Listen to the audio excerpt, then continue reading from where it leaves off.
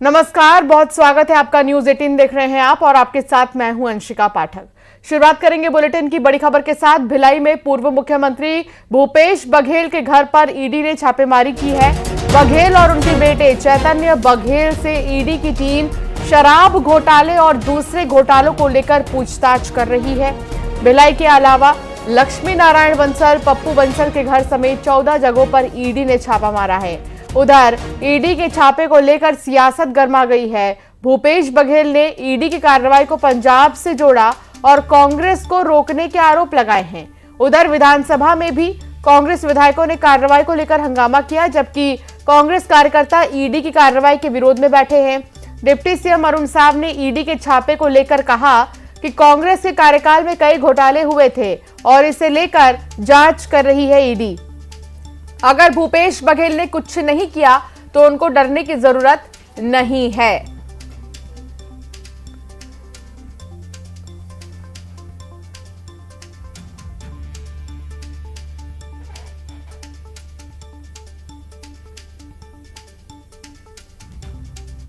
तो भूपेश बघेल के घर ईडी के छापे के विरोध में भिलाई में कांग्रेस के कार्यकर्ताओं ने भी प्रदर्शन किया।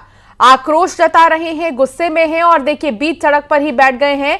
लगातार उनका विरोध जारी है।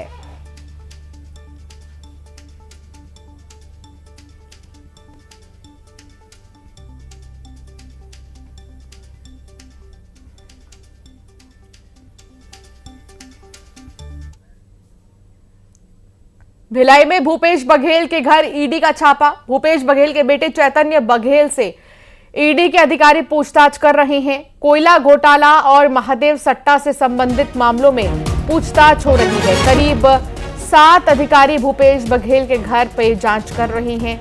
भिलाई 3 स्थित पदुम नगर में भूपेश बघेल का घर है और यहां पर लगातार अधिकारियों की तरफ से पूछताछ का सिलसिला। 7 ऑफिसर्स जांच कर रहे हैं।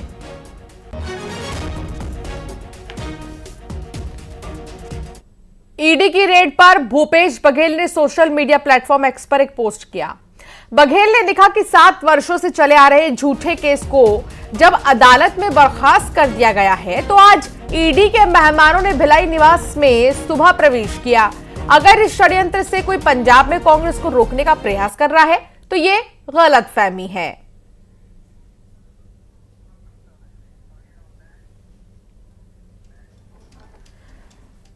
तो भूपेश बघेल के निवास पर ईडी की रेड को लेकर डिप्टी सीएम अरुण साव ने कहा कि पूरा देश जान रहा है कि उनके कार्यकाल के दौरान कई बड़े घोटाले हुए हैं जिनकी जांच चल रही है।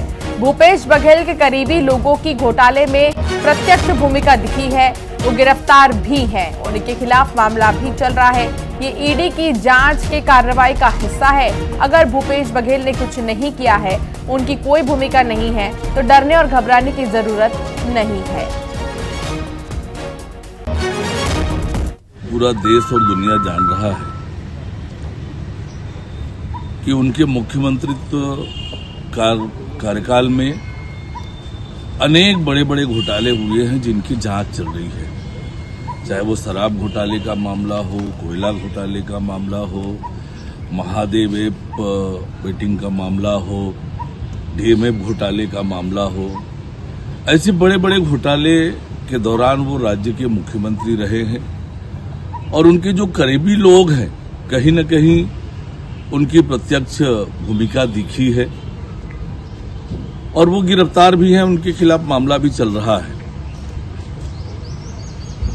तो ये कोई राजनीतिक विषय नहीं है और ये ईडी के जांच की कार्यवाही का हिस्सा है। ईडी जांच करने गई है, सच्चाई है, उन्होंने कुछ किया नहीं है, उनकी कोई भूमिका नहीं है, तो किसी को डरने और घबराने की जरूरत नहीं है।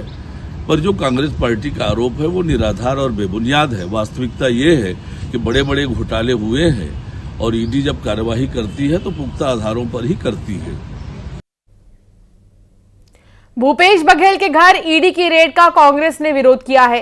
कांग्रेस वर्किंग कमेटी के सदस्य पवन खेड़ा ने कहा कि बीजेपी ने विपक्ष के घर में ईडी भेजने की परंपरा शुरू कर रखी है।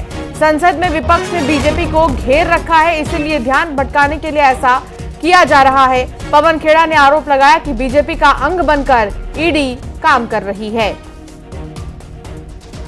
तो आरोप और प्रत्यारोप का दौर जारी है और कई प्रतिक्रियाएं भी सामने आ रही हैं। आज से कुछ दिनों पहले कोर्ट ने सीबीआई का एक केस जो बघेल साहब के खिलाफ था उसको खारिज कर दिया था। कोई केस बघेल साहब के खिलाफ अभी नहीं है, लेकिन फिर भी आज ईडी की रेड उनके यहां हो रही है। हो सकता है आज संसद का सत्र शुरू हो रहा है, बीजेपी को जो चारों तरफ से घिरी हुई है उन्हें एक डिस्ट्रैक्शन चाहिए, ध्यान हटाना है, हेडलाइंस बदलनी है।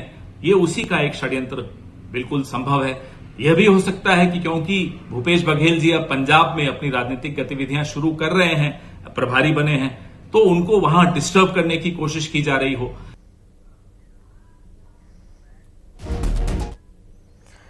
तो लगातार आप सुन रहे हैं कि कौन क्या कह रहा है। एक तरफ कांग्रेस का कहना है कि यह षड्यंत्र है, तो दूसरी तरफ लगातार बीजेपी का कहना है कि अगर आपने कुछ किया ही नहीं है तो फिर जांच से डर किस बात का। हमारे साथ खास मेहमान जुड़ गए हैं।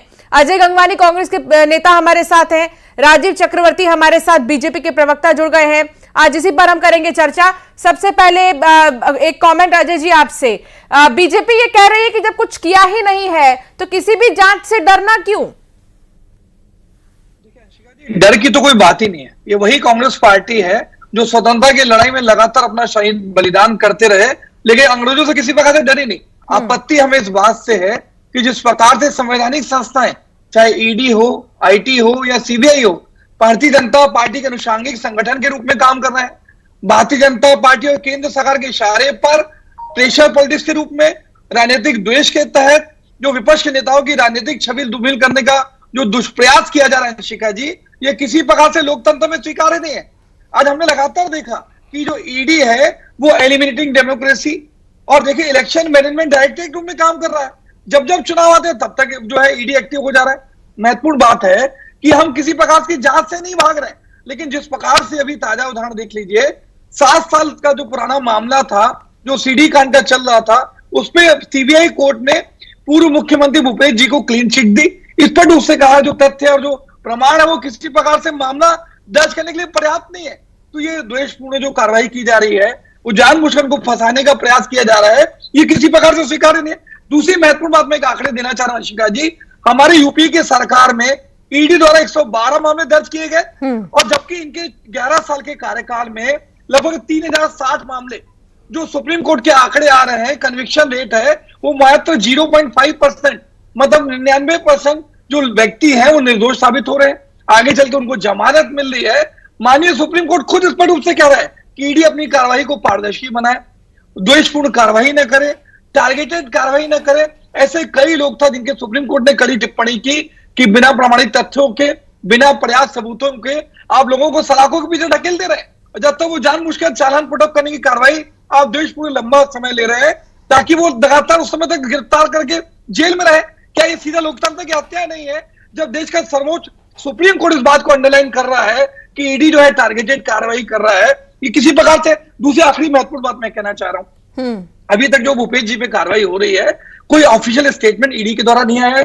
लगातार मीडिया जो अन्य लोग हैं कयास लगा रहे हैं कि ये महादेव सट्टा के संबंध में कार्रवाई है कि शराब घोटाले की, कुल अभी तक ऑफिशियल स्टेटमेंट ईडी घोषित नहीं कर रहा है। महत्वपूर्ण बात है, अगर महादेव सट्टा आपको लगातार आप कार्रवाई करना चाह रहे हैं तो अभी तक क्यों केंद्रीय सूचना इस पर एक रिएक्शन अब मैं जल्दी से राजीव जी से ले लेती हूँ। राजीव जी लगातार आरोप लगते हैं ईडी को लेकर कि षड्यंत्र बीजेपी करती है, षड्यंत्र बीजेपी रचती है। आखिर क्यों इसका कनेक्शन बीजेपी से जोड़ा जाता है? राजीव जी।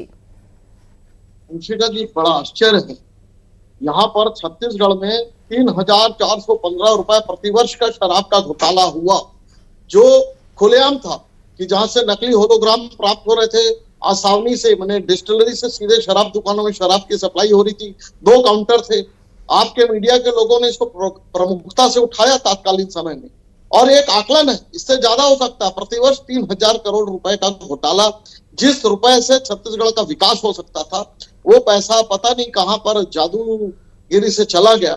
अब उसकी अगर जांच हो रही है तो जांच पर आज क्यों? अगर आप सच्चे हैं, अगर आप बेदाग हैं तो आप वापस आ जाएंगे। लेकिन अभी बड़ा आश्चर्य है कि जब इसको लेके उनके पुत्र से पूछताछ की जा रही है या उनसे पूछताछ की जा रही है, इसके पहले भी आप देखिएगा के.एस. अंकुले भी जेल में थे, इसके पहले दूसरे भी जो पूर्व मुख्यमंत्री थे, जगन्नाथ मिश्र भी अंदर थे, लालू प्रसाद यादव भी अंदर थे और बेदाग नहीं दागी साबित हुए।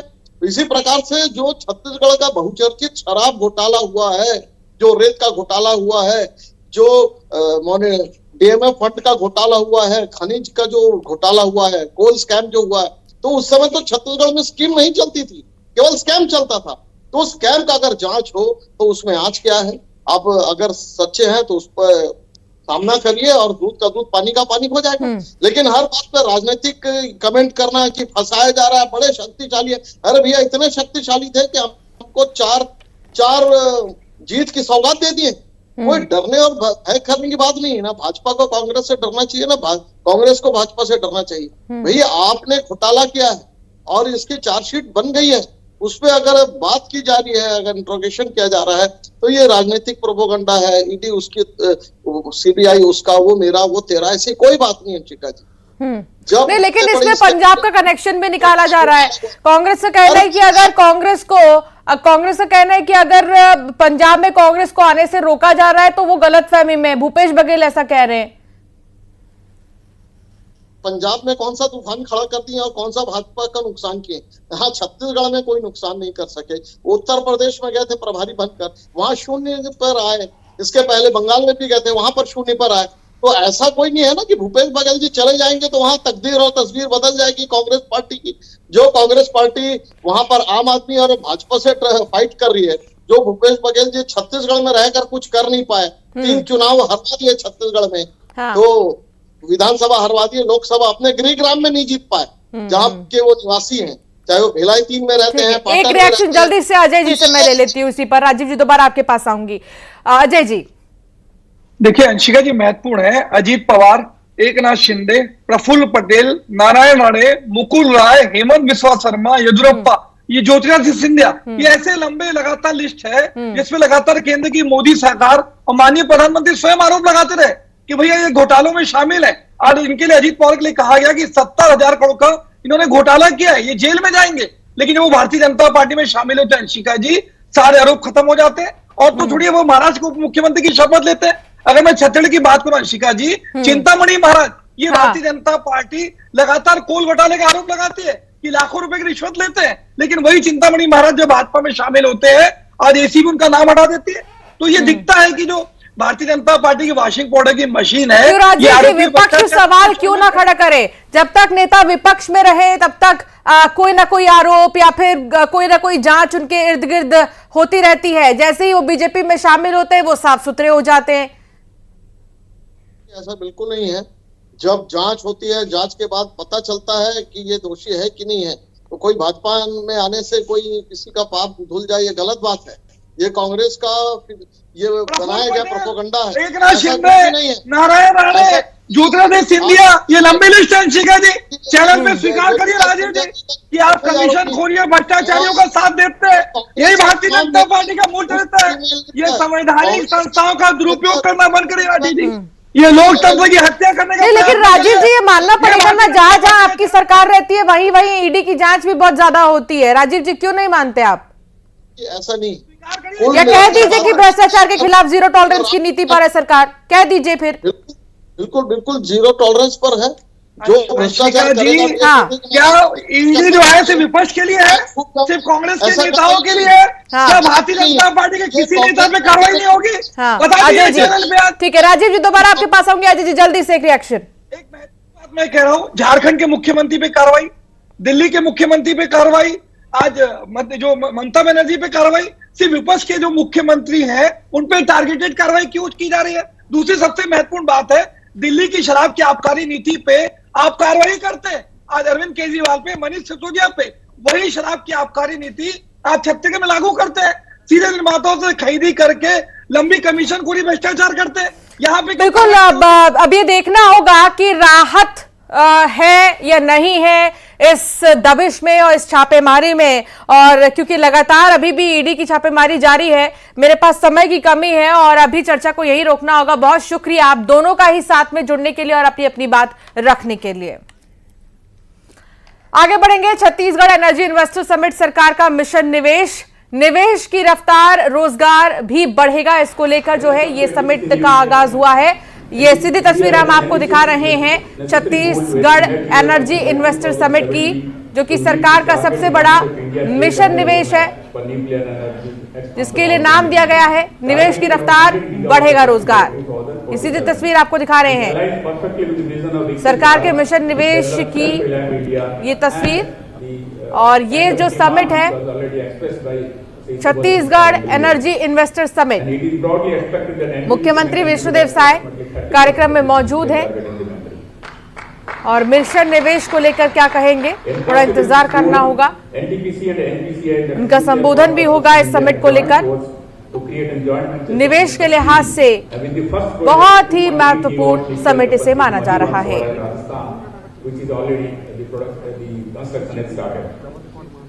Additional projects will be taken up subsequently. Taking steps further, NTPC has also established a wholly owned subsidiary.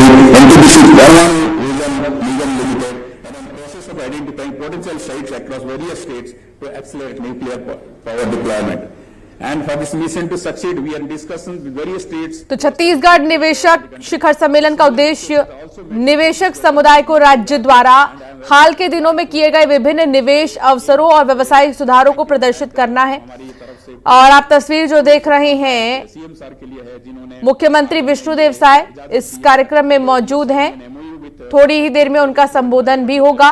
बेहद ही महत्वपूर्ण, प्रदेश को आगे बढ़ाने के लिए, प्रदेश के विकास के लिए, विकसित छत्तीसगढ़ बनाने के लिए और साथ ही रोजगार को बढ़ावा देने के लिए इस समिट का जो आगाज है वो हुआ है। और आज आप देखेंगे जो सरकार का विजन है वो क्या है।